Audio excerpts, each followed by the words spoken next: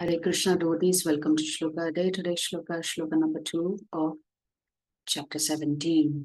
Shri Bhagavanuvacha Shri Bhagavanuvacha Trividha bhavati shraddha Trividha bhavati shraddha Dehinam sa svabhavaja Dehinam sa svabhavaja Sattviki rajasi chaiva Satviki rajasi chaiva Tamasi cheti tam shrinu. Tamasi cheti tam shrinu. Word for word meaning, translation and purport by His Divine Grace Srila A.C. Bhaktivedanta Swami Prabhupada, Srila Prabhupada ki Jai. Jai. Shri Bhagavanuvacha. Shri Bhagavanuvacha. The Supreme Personality of Godhead said, The Supreme Personality of Godhead said, Trividha, Trividha, of three kinds, of three kinds, Bhavati, Bhavati, becomes, Shraddha, Shraddha, the faith, the faith, Dehinam, Dehinam, of the embodied, Sa, Sa, that, Swabhavaja, Swabhavaja, according to his mode of material nature. according to his mode of material nature. Sattviki, Satviki, in the mode of goodness. in the mode of goodness. Rajasi, Rajasi, in the mode of passion. in the mode of passion. Cha, Cha, also. Eva, certainly. certainly. Tamasi, Tamasi, in the mode of ignorance. in the mode of ignorance. Cha, and iti, thus, tam, that, shrinu, hear from me. Translation. The Supreme Personality of Godhead said, The Supreme Personality of Godhead said, according to the modes of nature, acquired by the embodied soul, one's faith can be of three kinds. In goodness, in passion, or in ignorance. Now hear about this. Why is the Lord repeating what Arjuna has already said in the previous shloka? So in the previous shloka, Arjuna has asked about the faith of those people who do not have faith in scriptures but have faith in something.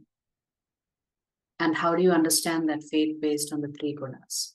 So Prabhupada is writing, those who know the rules and regulations of the scriptures, but out of laziness or indolence, give up following these rules and regulations, are governed by the modes of material nature.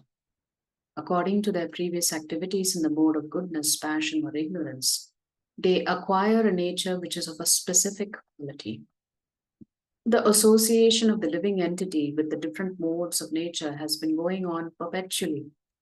Since the living entity is in contact with material nature, he acquires different types of mentality according to his association with the material modes. But this nature can be changed if one associates with a bona fide spiritual master and abides by his rules and the scriptures. So that means your faith can turn towards the transcendental when you come in contact with Guru and when you read the scriptures or hear from the scriptures. Gradually, one can change his position from ignorance to goodness or from passion to goodness. The conclusion is that blind faith in a particular mode of nature cannot help a person become elevated to the perfectional stage. One has to consider things carefully with intelligence in the association of a bona fide spiritual master. Thus, one can change his position to a higher mode of nature. So His Grace Chaitanya Charan Prabhu writes, so the emphasis of Sri Krishna's point is Swabhavaja, which means born of one's nature. That means these three gunas come from your past karma. Of course, we can say that nature is born of one's past karma. Tehinam sa swabhavaja. So our faith is determined by our nature. What does it mean? Nature means the way we think, we act, the way we perceive, the way we respond. That is our nature. Our nature also determines our faith. There is nobody who is faithless. Even a faithless person is not faithless. Generally, for faithless references, someone who is an atheist. So even atheists have their own version of faith. They have faith in the non-existence of God. But no one can prove that there is no God, as invisibility is not a proof of non-existence. So how do you prove that God does not exist? That He is invisible? So invisibility is not proof that the Lord does not exist. So essentially, those who don't believe that God is there, they don't have any proof to show you that God is not there. For atheism, there is no experiential verification, in the sense there is no process by which you can experience the non-presence of God. But in Vedic theism, everything is experiential. The whole Ashtanga yoga process is experiential. You just have to practice it and you will experience the Lord. You practice Bhakti yoga and you can experience the Lord. Bhakti yoga enables experiential verification of what is taught in scriptures. And in that way, one can realize what the truth is. So what you need to understand is, sometimes we may have friends or family members who don't believe in God. But there's no way they can prove to you that there is no God. But the opposite is true. The Shastras allow you to prove that God exists either through Jnana Yoga or through Dhyana Yoga or through Bhakti Yoga. So the atheists ascribe inconceivable characteristics to matter. But the atheists are definitely awestruck by nature. But there is no process by which you can realize matter. So actually, atheism is faith in faithlessness. So even though they profess that I don't believe in God, I don't follow any faith, only fools follow all these faith. Technically speaking, they have faith in faithlessness itself. So from another parampara, nobody can be without faith, for it is an inseparable aspect of human personality. Those who do not believe in the scriptures are also bereft of faith. Their faith is reposed elsewhere, are also not bereft of faith. My apologies. Their faith is reposed elsewhere. It could be on the logical ability of their intellect, or the perceptions of their senses, or the theories they have decided to believe in. For example, when people say, I do not believe in God because I cannot see Him. They do not have faith in God, but they have faith in their eyes, because their eyes are telling them, I cannot see God. So they have to have faith in something. Hence, they assume that if their eyes cannot see something, it probably does not exist. This is also a kind of faith.